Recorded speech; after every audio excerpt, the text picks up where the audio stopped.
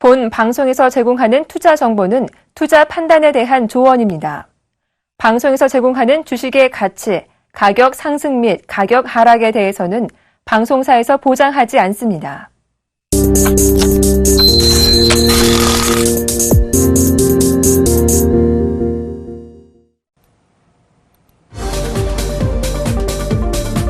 안녕하세요. 종목세일즈의 김보람입니다. 시장이 가장 싫어하는 게 뭘까요? 바로 변동성인데요. 오늘은 이 변동성을 키울 만한 이벤트가 2개나 예정이 돼 있었습니다. 먼저 금리 결정은요. 일단 금리 인하라는 작은 호재로 마무리가 됐고요. 나머지 한 가지는 내마녀가 심수를 부린다는 선물 옵션 동시 만기였습니다. 일단 지금까지의 상황을 본다면 무난한 만기가 예상이 되고 있는데요. 주 초반부터 밀려내렸던 증시가 이제 다시 한번 살아날 수 있을지 살펴볼 만한 기점에 와 있습니다. 이러한 시점에 어떠한 종목을 사담아야 할지 살펴보는 것도 굉장히 중요하겠죠. 그래서 오늘도 한 분의 멘토를 모시고 욕심 없이 단 한 종목만 집중적으로 살펴보는 시간 마련했습니다. 더 쉽고 정확하게 설명해 드릴 수 있으니까요. 마음 편하게 놓으시고요. 끝까지 함께 하시면 되겠습니다. 자, 그렇다면 목요일 오늘 저희와 함께 하실 분 화면으로 먼저 소개해 드리겠습니다. 호프기법의 창시자이자 시스템을 통한 편안한 매매를 추구하는 손대상 멘토입니다.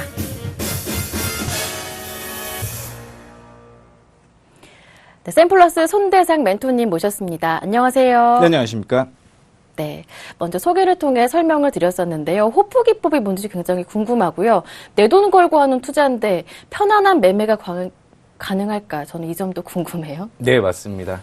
제가 호프기법 주식을 하는 데 있어서 기본적으로 4가지는 좀 갖춰야 된다라고 보고 있어요. 네. 첫 번째 같은 경우 주가 위치가 낮은 상태에서 실적이 나오게 되면 상당히 좀 안정적이다라고 볼 수가 있을 것 같고요. 그 안에서 상승을 시키는 건 결국 수급에 대한 여력이 충분히 존재를 하는지에 대한 여부 확인하고 마지막으로는 추세가 전환되기 시작하는 그 타이밍에 매매 타이밍을 잡는 게 호프기법이고요. 이러한 기점을 바탕으로 이제 시스템을 제가 좀 만들어 놨습니다. 네. 그 시스템으로 하게 되면 실적 좋고 저평가에 수급 들어오고 트렌드까지 살아난다라고 하면 편안하게 매매를 할 수 있지 않을까 이런 생각을 좀 가지고 있습니다. 네, 손대상 멘토와는 매주 목요일 만나게 되는데요. 공교롭게도 계속해서 이벤트 데이에 만나게 되죠. 하지만 이 기법과 함께라면 편안한 매매가 가능하다고 하니까요. 여러분 기대 많이 해주셨으면 좋겠습니다. 첫 시간이니까 각오한 말씀도 들어봐야 할 텐데요. 손대상이라는 이름이 저는 본명이 아닐 수도 있다는 생각이 드는 게 손만 대면 상한가 이렇게 쓸 수도 있잖아요. 어떻게 네, 보시는지요? 맞습니다. 손만 대면 상한가라는 제가 네. 생각을 해갖고 네. 만들었습니다. 항상 트렌드가 좀 있었거든요. 아, 본명이 아니셨던 거예요? 네, 본명이 아니라. 근데 본명처럼 지금 활용을 하고 있습니다.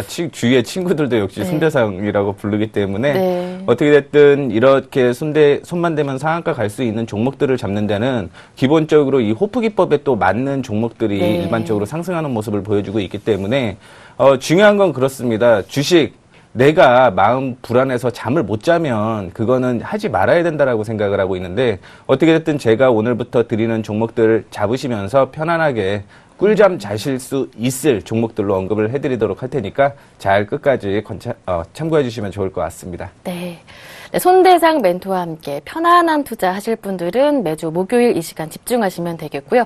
시장 얘기 잠깐 해보고 넘어가겠습니다. 앞서 말씀해드렸듯이 오늘은 이벤트 데이인데요. 주 초반부터 계속 밀려내렸던 증시가 양증시 모두 오늘장에서 반등하고 있습니다. 모두 아시다시피 2010선에서 내려왔고요. 그리고 코스닥도 630을 돌파하자 다시 하락하는 모습이었는데 이 기점으로 해서 다시 추가적으로 올라갈 수 있을지 아니면 다시 제자리 박스권일지 궁금합니다. 네, 오늘 금리 같은 경우 인상이 됐습니다. 앞서 방송에서도 네. 좀 언급을 해드렸었는데 결국 금리 인상을 하게 되면 우리나라 금리 인하요? 아니, 미국 시장이죠. 네, 미국 시장에서 금리 인상을 하게 네네네. 되면 국내 증시 쪽에서는 물가 상승률이 0인데 더 이상 네. 상승할 시기가 안 되기 때문에 아마 이쪽에 가능성이 있다라는 얘기를 해드렸고 그렇고 이슈가 되고 있는 게 지금 강달러에 대한 얘기가 계속적으로 나오고 있죠. 네. 근데 미국 쪽에서 강달러가 왜 문제가 되느냐면요. 강달러가 이어지게 되면 결국은 기업의 펀더멘탈이 문제가 될 가능성이 있기 때문에 네. 시장에서는 그런 부분에 대해서 불안한 감을 갖고 있기 때문에 시장이 조정을 받고 있습니다. 네. 자, 그렇다라고 한다면 결국은 실적주 위주로 좀 매매가 이어져야 된다라는 부분을 얘기를 좀 해드리고 싶고, 코스피 시장에서도 앞서 외국인 쪽에서 매도로 출발했지만 외국인이 매수가 이어지고 있습니다. 3일 연속 매수가 이어지고 있다라는 건 강달러에도 불구하고 아직까지는 국내 시장에서 살 종목들이 있다라고 네. 판단을 하고 있기 때문에 오늘 시장 같은 경우는 외국인이 매집하고 있는 종목 쪽으로 관심을 가져야 되지 않을까, 이렇게 오전장을 좀 정리를 해드리도록 하겠습니다. 네, 시장 강달러임에도 불구하고 외국인들의 매수는 투자 심리가 꺾이지 않고 있다는 점 긍정적이다 말씀해 주셨습니다. 이제 외국인들이 사고 있는 종목들, 실적이 뒷받침되는 종목들을 집중해야 한다 말씀해 주셨는데요. 오늘 가지고 오신 종목 세일즈, 주인공은 어떤 종목일까요? 지금 바로 확인합니다. 오랫동안 움츠렸던 화학주에 외국인의 매수가 꾸준하게 유입되면서 올 들어 기지개를 켜고 있는데요. 하지만 종목별 전망은 조금씩 엇갈렸었죠. 그중에 손대상 멘토님의 오늘 세일즈 종목은 롯데케미칼입니다. 네, 역시나 화학업종을 들고 오셨네요. 외국인들이 2월부터 1, 2월부터 꾸준하게 매수하고 있는 업종이고요. 그리고 실적에 대한 긍정적인 평가도 나오고 있는데요. 화학업종 전반적인 얘기부터 짚어보고 넘어갈 수밖에 없겠습니다. 가장 민감한 부분이 바로 유가인데요. 앞으로 유가의 전망은 어떻게 보시는지요? 네, 유가의 경우는 일단은 출렁거림은 있을 것이다라고 판단을 하고 있습니다. 네. 결국은 공급량이 얼마 정도가 더 나오냐에 따라서 달라지겠지만 결국은 이제 상반기에는 동일한 흐름이 이어질 가능성이 높다라고 보고 있는데, 한 가지 생각해 보셔야 될 부분이 있습니다. 화학 업종 같은 경우는 이제 성수기에 접어든다라는 측면을 좀 확인을 해 보셔야 될 것 같고요.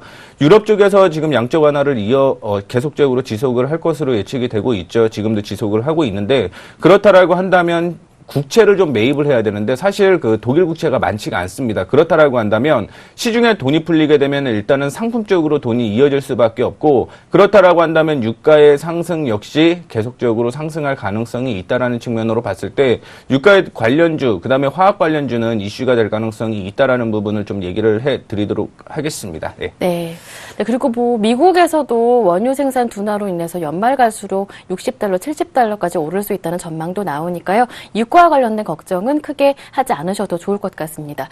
중국 경기도 한번 짚어보고 싶은데요. 이 화학주가 중국 경기에 참 민감하게 반응하는 업종이잖아요. 어떻게 네, 보시는지요?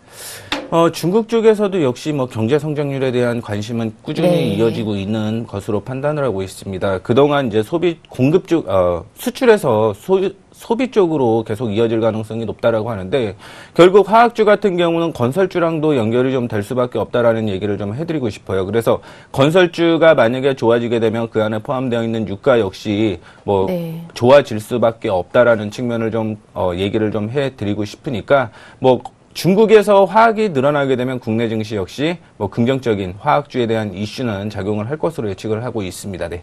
네. 네, 그 가운데 화학주를 꼽아주셨습니다. 그 가운데 롯데케미칼을 네. 꼽아주셨는데요. 롯데케미칼 사업 전반적인 내용 어떻게 보시는지 궁금합니다. 네, 앞서 말씀하셨던 대로 유가에 대한 이슈가 계속적으로 좀 작용을 할 것으로 예측이 되고 있는데요. 예. 결국은 유가가 상승을 하게 되면 주가에 또 영향을 미치는 부분이 있다라고 생각을 하시면 좋을 것 같습니다. 자, 일단은 정유 쪽과 그 다음에 소재 업종으로 좀 화학을 나눠보셔야 될 것 같은데요. 정유 같은 경우는 1분기 정도의 기간이 후에 발생을 하게 되고, 소재 같은 경우는 2개월 정도, 2분기 정도의 흐름이 나중에 좀 이어질 가능성이 있습니다. 자, 그렇다라고 한다면 현재 지금 3월 달부터 쓰이고 있는 이 화학이 언제 나왔던 부분이냐면 $50 이하로 떨어졌을 때부터 만들어졌던 그런 제품이었다라는 거죠. 그렇다라고 한다면 원가율이 당연히 하락이 될 수밖에 없다라는 측면을 좀 얘기를 해드리도록 하겠고요. 결국 셰일 가스에 대한 얘기, 그 다음에 오펙에 대한 얘기가 나오게 되면은 결국은 어느 한쪽에서는 멈출 수밖에 없다라고 보고 있습니다. 그거를 하반기 쪽으로 이슈가 좀 많이 되고 있다라는 측면을 좀 얘기를 해드리도록 하겠습니다. 자, 그래서 일단은 유가에 대한 화면을 좀 보면서 같이 좀 얘기를 해드리고 싶은데, 100만 배럴로 하면 일로 확인을 해봤을 때 2014년이었죠. 2014년 3분기 같은 경우는 뭐 그렇게 뭐 크게 좋아지지 않은 그런 모습을 보여주었는데 예. 계속적으로 좀 하락을 했습니다. 그러면서 2015년 2분기부터는 다시 한번 본격적인 상승이 이어질 가능성이 높다라고 보시면 좋을 것 같고요. 2015년 3분기에는 완벽한 성장세를 이어갈 것으로 보이고 있습니다. 그래서 증권사에서도 역시 화학주, 유가에 대한 얘기는 3분기 이후에 화학주 모두 성장세가 이어질 것이다라는 얘기가 나오고 있다라는 거 참조를 해주시면 좋을 것 같고, 그 다음에 중국에 대한 얘기도 또 네. 이렇게 아까 해 주셨잖아요. 그래서 중국의 석탄을 통한 그런 화학 경제성을 확인을 좀 해봤는데, 두바이유가 100달러를 기준으로 했을 때의 가정을 한번 해봤습니다. 만약에 100달러였을 때, 그 다음에 50달러였을 때, 80달러였을 때, 50달러였을 때라는 부분을 좀 해봤는데, 결국 지금 50달러 이하가 되면은 비용 처리가 지금 많이 되고 있다라고 보시면 좋을 것 같아요. 그래서 만약에 화학이 NCC라고 하는데 이 정유 쪽을 통해서 원유를 통해서 제품을 만들어내는 게 100이라고 가정을 하게 되면요. 예. 일단은 석탄을 통한 그 정제는 지금 뭐 130% 비용이 30% 정도 더 늘어난다라고 생각을 하시면 좋을 것 같고 네.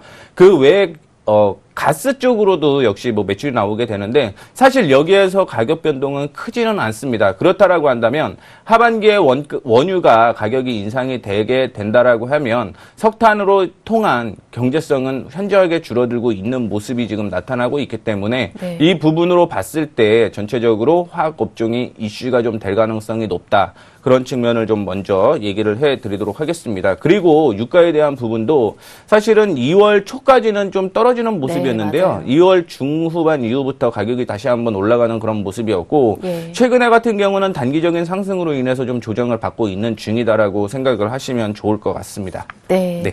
자, 그렇다면 이 롯데케미칼 같은 경우에는 전통적인 NCC가 강세라고 하더라고요. 좀 자세하게 들어보고 싶은데요.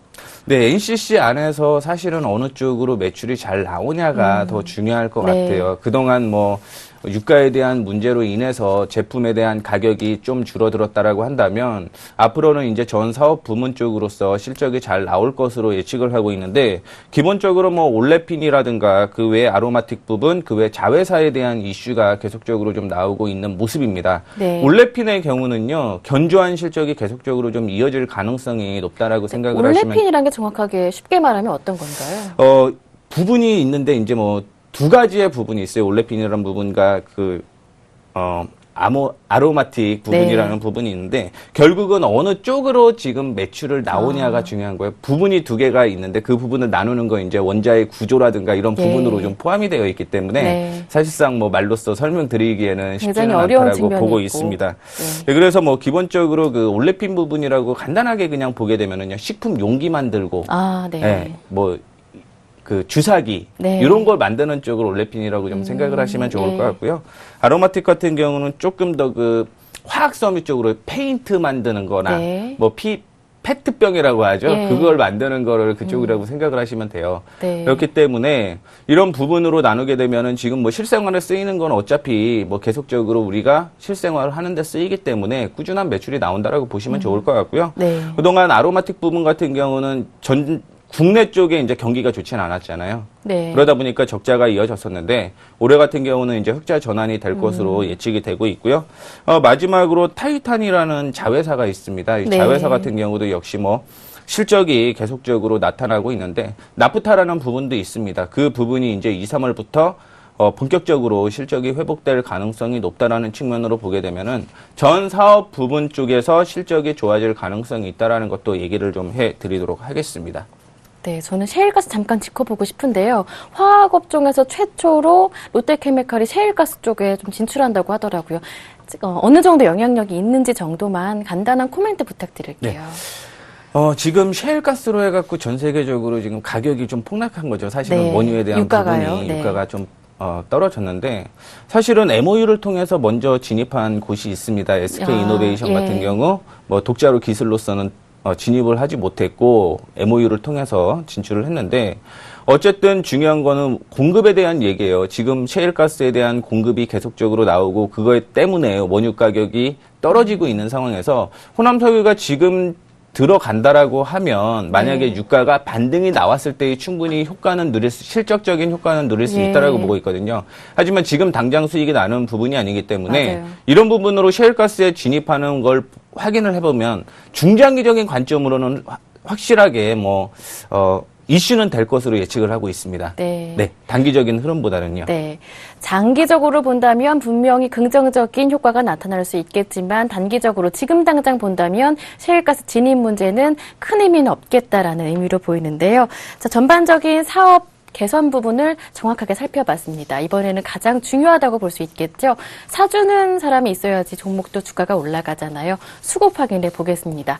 좀 전에 말씀드렸듯이 외국인들이 많이 담더라고요. 자세하게 좀 확인해 볼까요? 네, 맞습니다. 외국인의 수급을 좀 확인을 해봤는데 2014년 11월 달에 사실은 외국인의 비중이 25.5% 미만을 좀 가지고 있었습니다. 그런데 이제 현재까지 보게 되면은 30%가 좀 넘게 비중을 네. 담았어요. 그동안 꾸준하게 매수가 이어지고 있었다라고 생각을 하시면 좋을 것 같고요. 결국 외국인 쪽도 어떤 생각을 하게 되면 추후에 원유 가격이 올라갈 가능성에 베팅을 하고 있다라는 측면, 그 다음에 실적적인 측면이 긍정적인 작용을 하다 보니까 매집을 하고 있다라고 생각을 하시면 좋을 것 같습니다. 큰 폭으로 조정을 받았기 때문에요. 지금 같은 경우는 충분히 외국인 쪽에서 관심을 가질 만한 그런 사항이다라고 좀 보시면 좋을 것 같고, 네. 외국인 같은 경우는 일단은 두세 가지의 흐름을 좀 많이 보겠지만, 자산에 대한 이슈도 있겠죠. 네. ROA 같은 경우라든가 ROE 그 외에도 이제 PER, PBR을 보게 되면은 사실 올해 같은 경우는 나중에 또 다시 한번 얘기를 좀 해드리도록 하겠지만, 20만 원 정도, 2천 원 정도가 올해 BPS 한 주당 자산입니다. 그러면은 현재의 가격과 비슷하다라는 얘기거든요. 네. 그러면은 만약에 롯데케미칼이 그럴 일은 없겠지만 망한다라고 하더라도 1,500원 손실로 끝나는 거예요. 그러면 충분히 예. 자산의 매력도 존재를 한다라고 볼 수가 있는 거죠. 그렇게 본다면 지금이 들어가기 적기다라고 볼 수가 있겠네요. 네, 그래서 지금이 들어가기 적기다라고 좀 생각을 하고 있는데, 왜 적기라는 부분을 좀 얘기를 해드리자면, 일단은 실적적인 측면을 좀 먼저 확인을 예. 하고, 그 다음에, 차트를 또 자세하게 언급을 해드리도록 하겠습니다. 네. 자, 실적적으로 확인을 해보게 되면, 2014년에 7,000원에 EPS, 주당 순이익을 기록을 네. 했습니다. 그런데 올해 들어서는 한 12,540원까지 올라간다라고 하면 거의 한 70에서 80% 성장 가능성이 있다라고 보고 있어요. 올해 올라가는 12,540원은요. 네. 2012년을 뛰어넘는 수치라고 보시면 좋을 것 같아요. 왜냐하면 네. 2014년에는 9,600원을 벌었고 네. 올해 같은 경우는 12,540원을 번다라고 한다면 사실 주가 같은 경우는 2009년의 실적을 뛰어넘는 게 맞다라는 얘기죠. 한 네. 주당 벌어들이는 순이익이 그 정도로 좀 작용을 하고 있으니까. 자, 그 외에 최고 PER과 최저 PER을 좀 구분을 했습니다. 왜냐하면 어떤 종목은 PBR 9배다라고 하는 게 있는데 업종마다 사실은 다르죠. 종목마다 그것도 다르고요. 그 종목의 역사적인 흐름에 따라 또 PER이 움직이는 방향이 다르다라는 얘기죠. 롯데케미칼은 저는 PER 보고 낮지는 않네 이렇게 생각했거든요. 그럼 그렇죠. 틀렸다는 거네요. 그래서 2010년부터 최고 PER, 최저 PER을 좀 확인해 보시게 되면 네. 12.16부터 시작을 해서 최고로 비쌌던 때가 2012년 40배까지 올라갔습니다. 네. 최저였을 때는 역시 4배에서 18배 사이까지 움직였는데 그거를 평균을 한번 내놔봤습니다. 평균을 내놔보니까 최고 평균 PER이 26배 수준. 네, 그쵸? 26.18. 그리고 최저 평균 PER이 12.2배 정도 됐거든요. 네. 그러면 현재 PER을 20만 3천 원을 기준으로 본다라고 한다면 16배 정도밖에 안 된다라는 거죠. 그러면 최저 예. 평균 PER 부근에서 움직이는 거기 때문에 충분히 이런 부분으로 긍정적이다라고 볼 수 있고 네. 자산으로도 역시 PBR로도 확인을 좀 해보시면 좋을 것 같은데 평균으로 한 2배 수준까지 올라갔었던 적이 있습니다. 네. 그리고 최저였을 땐 0.87. 근데 현재가 1.06 정도면은 역시 저평가인 상태다라고 확인을 좀 해볼 수가 있을 것 같아요. 네, 그렇다면은 궁금한 점은요. 시청자분들도 마찬가지일 것 같아요. 언제쯤이면 유가 급락 이전 수준의 실적을 회복할 수 있을까요? 유가 수준 이전까지는 사실상은 좀 오래 걸리지 않을까라는 생각을 갖고 네. 있습니다. 왜냐하면 지금 다음 주가 좀 중요하거든요. FOMC 회의에서 금리를 만약에 인상을 하게 된다라고 했을 때 미국의 경기가 좀 침체될 가능성이 있어요. 네, 그렇다라고 한다면 유럽에서 아무리 좀 살아나려고 발버둥을 친다라고 하더라도 유가가 네. 큰 폭으로 올라갈 가능성은 없다라고 보고 있습니다. 다만 이제 주가의 위치, 그다음에 롯데케미칼의 주가를 위치를 확인해 보게 되면 뭐 저평가인 상태이기 때문에 뭐 충분히 매수 타이밍 부근이다라고 좀 볼 수가 있을 것 같거든요. 예. 네. 수급 한 가지 더 여쭤봐도 네. 될까요? 연기금 쪽에서 매수한 종목이라고 저 들었거든요. 네, 맞습니다. 연기금 하면 큰 손이잖아요. 그렇죠. 이 부분은 어떤가요? 보통 연기금과 외국인을 좀 따로 떨어뜨려 놓는 방식을 대부분 생각을 하시더라고요. 네. 근데 연기금 이제 따로, 외국인 그쵸. 따로. 그렇죠. 근데 연기금과 외국인이 매매하는 방식은 거의 비슷하다라고 생각을 네. 하시면 돼요. 왜냐하면은 연기금 같은 경우는 그 자산을 좀 증식시키는 그다음에 네. 투자라는 방식이 바로 뭐 급등을 시키려고 하는 그런 매매보다는요, 저평가 우량주를 계속 모아가는 관심 쪽으로 예. 한다라고 한다면 실적이 분명 나와야 되고 그게 역사적으로 뭐 저평가 부근이어야 된다라고 보시면 좋을 것 같고요. 외국인 역시 똑같다라고 생각을 하시면 됩니다. 그렇기 때문에 실적이 나오는 종목, 향후 성장성이 있는 종목으로 같이 매수를 한다라고 하면 이런 종목의 매수는 매집이 이어지고 있다. 동일한 사항으로서 외국인과 연기금을 네. 같이 보자라는 얘기를 좀 해드리고 싶습니다. 네. 네. 외국인과 연기금 마찬가지로 실적이 좋은 종목 가운데, 앞으로 개선될 종목 가운데 저평가된 종목에 투자하는 것 같은 성향이다 말씀해 주시면서 롯데케미칼 마찬가지로 외국인과 연기금의 수급이 동시에 들어오는 종목이다 말씀해 주셨습니다. 저평가 매력까지 있고 앞으로 실적 개선에 대한 기대감도 높아지는 롯데케미칼 가격 전략을 들어볼까요? 차트도 한번 함께 열어보고요. 네, 차트를 확인해 보도록 하겠습니다. 2011년에 47만 5천 원대까지 갔던 주식입니다. 그리고 2012년, 13년, 14년까지 실적이 안 좋아지기 때문에 조정을 꾸준히 받았다라고 생각을 하시면 좋을 것 같은데, 뭐 앞서 말씀을 해드렸던 대로 2012년의 실적을 뛰어넘어요. 그렇다라고 네. 한다면 주가 같은 경우는 지금 이 자리에 있으면 안 된다라고 생각을 하고 있거든요. 네. 그런데 불구하고 지금 절반 정도로 조정을 좀 받아주고 있다라고 보시면 좋을 것 같은데, 최근에 일단은 완벽하게 저항을 돌파를 했다라고 생각을 하시면 좋을 것 같아요. 완벽한 네. 저항을 돌파를 했다라는 건 상승으로 충분히 전환되었다라고 생각을 하시면 좋을 것 같고요. 네. 매수가 같은 경우는 20만 3천 원 정도가 충분히 훌륭한 매수 타이밍이 나오지 않을까라는 생각을 가지고 있습니다. 딱 그래서 지금 현재 가격이 지금 정도 네. 있는데요. 다만 이제 너무 한 번에 매수하는 거는 좀 권해드리진 네. 않고, 사실은 20만 원에서 20만 3천 원 사이에서 매수가 네. 좀 이어지면 좋겠다. 분할로서 매수를 좀 했으면 좋겠다라는 네. 얘기를 좀 해드리고 싶고요. 예. 자, 일봉상으로 좀 보시게 되면은 최근에 지지가 나왔던 부분을 좀 확인을 해보셔야 될 것 같아요.